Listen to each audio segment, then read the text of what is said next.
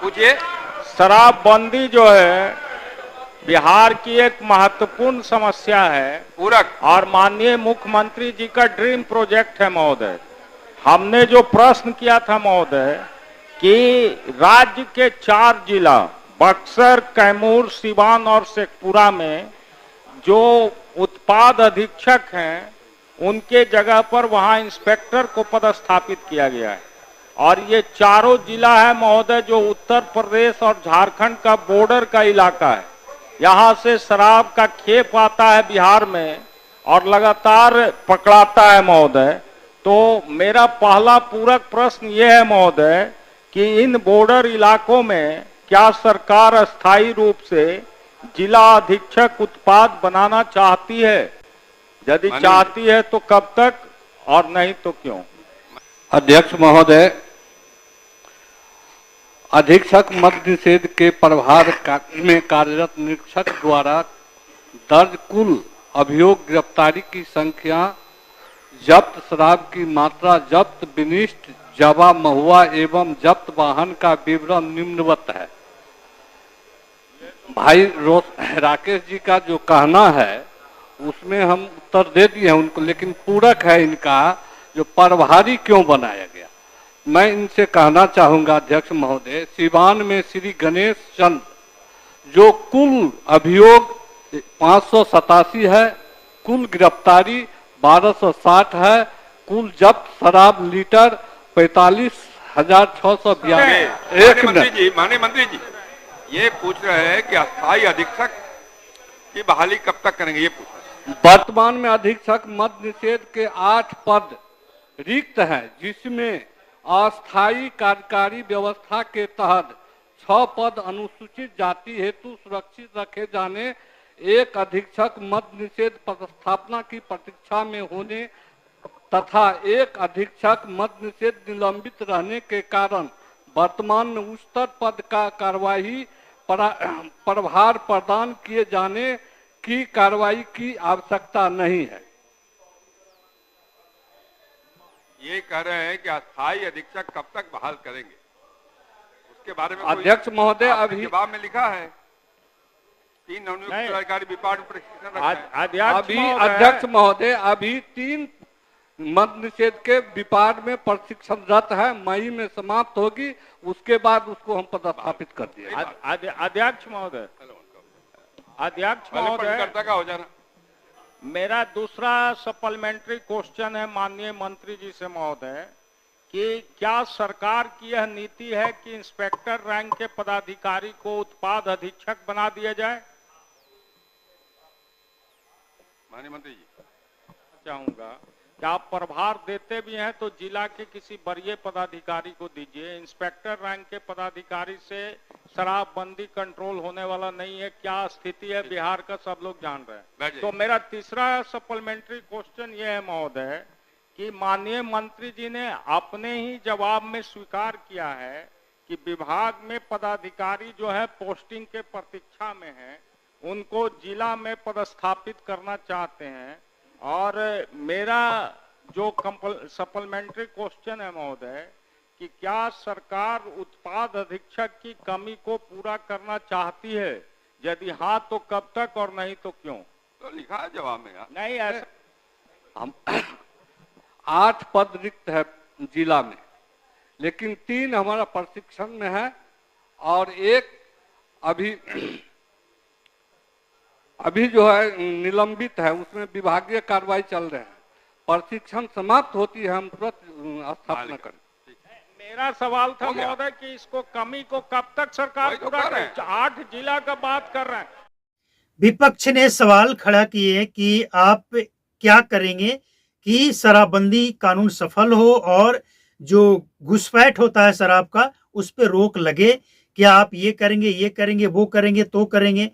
तो रत्नेश सदा का जो जवाब आया, ये जवाब सुनकर ऐसा लगता है कि बिहार का शराबबंदी तो फेल है ही और सरकार के बस की बात नहीं है इसे सफल बनाना, क्योंकि बिहार सरकार की जितनी तैयारी होती है इस शराबबंदी को सफल बनाने के लिए, मतलब अगर कोई नया टेक्निक आया, कोई नए तरीके से बिहार में शराब की डिलीवरी होता है, शराब की घुसपैठ होता है, तो उस पर कैसे लगाम लगाया जाए। बिहार सरकार की जब तक तैयारी होती है उसको पे लगाम लगाने की, उससे पहले ही तस्कर जो है वो दूसरा तरीका निकाल लेता है। मतलब यह स्पष्ट है कि बिहार सरकार के बस की बात नहीं है। 9 साल हो गया पूरा, अब कितना समय लगेगा ये रोक लगाने में। मतलब यह स्पष्ट है कि अब बिहार में शराबबंदी सफल नहीं हो सकता है और नीतीश कुमार इस बात को स्वीकार कर चुके हैं कि कई राज्यों ने शराब चालू किया, बाद में बंद कर दिया, बाद में चालू किया, बाद में बंद कर दिया, मतलब सफलता नहीं मिला। तो जब आपको सब पता है, 9 साल में आपको भी सफलता नहीं मिला, तो सरकारी खजाने का क्यों लॉस कर रहे हैं? आपके मंत्री का जवाब सुनकर ऐसा लग रहा है कि बिहार में शराबबंदी सफल होगा ही नहीं, क्योंकि आपकी जो तैयारी है और तस्करों की जो तैयारी है, दोनों की तैयारी में आसमान जमीन का फर्क है। आप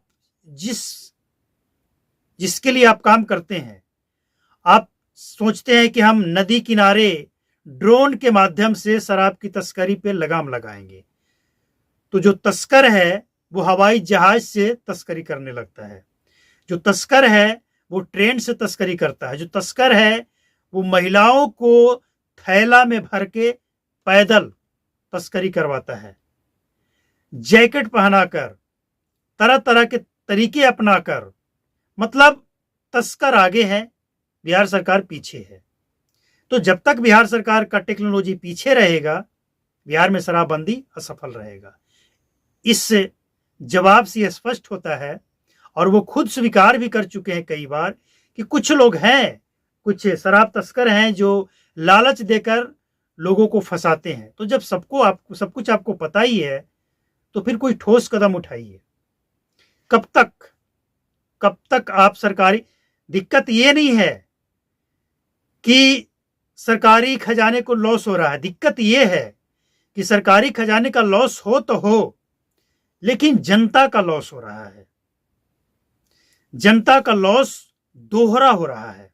एक तो सरकारी खजाने में पैसा नहीं जाने के कारण सरकार की तरफ से जो काम होना चाहिए जन कल्याणकारी, वो नहीं हो रहा है। क्योंकि अरे 10 करोड़ ही जाता तो 10 करोड़ का काम तो होता ना। ये एक लॉस। दूसरा लॉस कि पीने वाले मान नहीं रहे हैं, डबल पैसे ट्रिपल पैसे देकर पी रहे हैं, ये भी एक लॉस ही है। शराब माफिया मालामाल, पुलिस वाले मालामाल, नेता मालामाल, अधिकारी मालामाल, सब मालामाल हो रहे हैं। और इतना ही नहीं, ड्रग्स का कारोबार फैलाने वाले भी मालामाल हो रहे हैं, जिसके लिए बिहार सरकार के पास अभी तक कोई तैयारी नहीं है। जब ये शराब की तस्करी नहीं रोक पाए, तो ड्रग्स की तस्करी क्या खाक रोक पाएंगे? एक बोतल जो अगर 500-600 रुपये का होता है, वो इतना बड़ा होता है, तो अगर इतना बड़ा पैकेट में ड्रग्स होगा तो वो तो लाखों का होगा। तो कैसे रोक लगाएंगे? बिहार को कंगाल बनाने के लिए सबसे पहले जो जिम्मेवार है वो है ड्रग्स का, जो ड्रग्स फैलाने वाला जो माफिया है वो लोग, जिसके लिए बिहार सरकार के पास तो कोई तैयारी ही नहीं दिख रहा है। ये 9 साल में शराब पे तो लगाम ही नहीं लगा पाए, ड्रग्स पे ये क्या लगाम लगा पाएंगे? ड्रग्स का कोई इतना सा पुड़िया अगर जेब में लेकर घूमता है तो किसी को पता नहीं चलेगा, और ड्रग्स का कारोबार फैल रहा है, लोग इसके चपेट में आ रहे हैं। तो बिहार सरकार से रिक्वेस्ट है, निवेदन है कि आप कुछ ऐसे कदम उठाएं जिससे लगाम लगे। बाकी बिहार सरकार और बिहार की जनता दोनों को सिर्फ बिहार सरकार के चाहने से नहीं होगा, जनता को भी शराबबंदी में सपोर्ट करना पड़ेगा। जहरीली और नकली शराब से बचना है, महंगी शराब से बचना है, बचाना है, तो सरकार को सोचना चाहिए।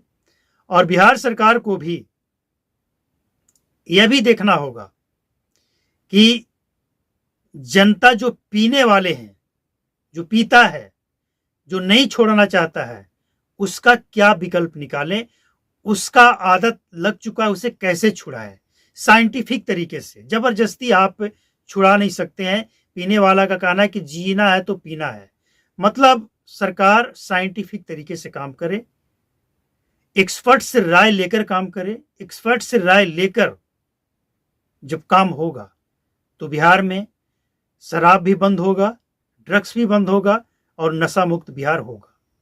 लेकिन एक्सपर्ट की राय, भले ही कोई पीने वाला ये कहे कि बुरी चीज नहीं है, लेकिन भाई ये अच्छी चीज भी नहीं है, इससे क्या फायदा होगा? अगर ठीक है मानते हैं नुकसान नहीं है, लेकिन फायदे क्या हैं?